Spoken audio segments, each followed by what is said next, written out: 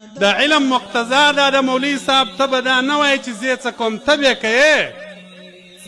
ته نو څه کار کوې چې ته وازه دا څه کوم او که مولوي صاحب یو غوږ لاندې کړي بل یې باندې کړي په چا سر نه ګرځوم هر څوک چې څه وایي زه څه کوم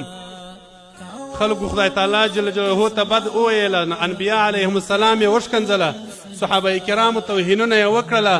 امامانو توهینونه یې وکړله امام اعظم ابو حنیفه رحمه الله ته په غټ بت باندې وویله زموږ پلرونو نیکهګانې په قبرو کې را مشرکانو کافران کړله مولوي صاحب به یو غوږ لاندې کړي یو به باندې کړي وایي زه څه کوم دا هم د علم پر صفت نه دی تللی د علم پر مقتضا د سړی نه دی تللی خلک یو قصه کوي باچا صاحب یو باچا مولوي صاحب ته خط واستوي ول هغه شی راته وښیه چې دین خرابوي دین مولوي صاحب د خط پر شا ورته ولیکل ول زه څه کوم باچا ته درد ورغلی وایي زه هم هغه خبره راوښیي چې دین خرابوي ته وا زه څه کوم هغه ول نه سوې پوه باچا صاحب دا خبره دین خرابوي چې زه څه کوم مولوي صاحب وایي زه څه کوم حاجي صاحب وایي زه څه کوم قمندان صاحب وایي زه څه کوم دا د دین غور به څوک خوري چې زه ورته وایي چې زه څه کوم په دې اوس زمانه کې د فتنو په دور کې د خدای رسول صلی الله علیه وسلم فرمایي آخر کې د زمانې به فتنې داسې وریږي لکه باران داسې کور به نسي پاته چې هغه ته فتنه ورنسي په دا دور کې به موږ خولې بندې کړو چې موږ یې څه کړو امام احمد بن حنبل رحمه الله د څلورم مذهب امام په جیل کې شهید سوی حضرت امام ابو حنیفه رحمه الله په جیل کې شهید سوی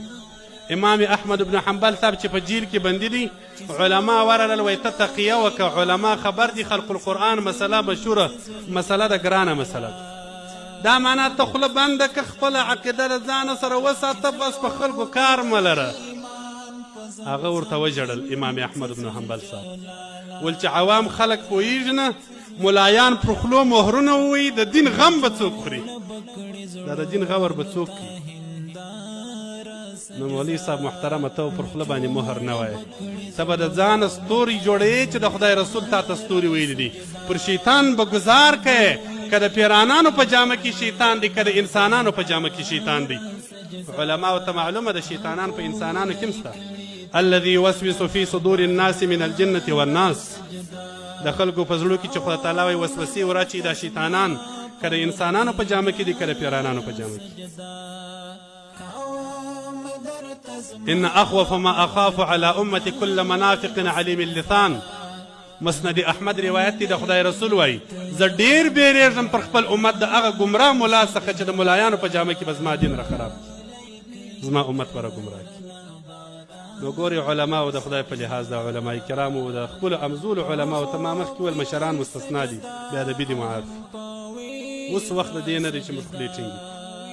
خپل د مذهب دفاع د خپل دین دفاع د اسلام دفاع دا د هر مسلمان حق خاص کر به پر هر عالم فرض عین دی چې دا وکړي حضرت امام ابو حنیفه رضی الله تعالی عنہ زموږ تاسې د مذهب امام چې موږ په مذهب څومره قدر یو مبارک انسان څومره یو غټ مقتدا او پیشوا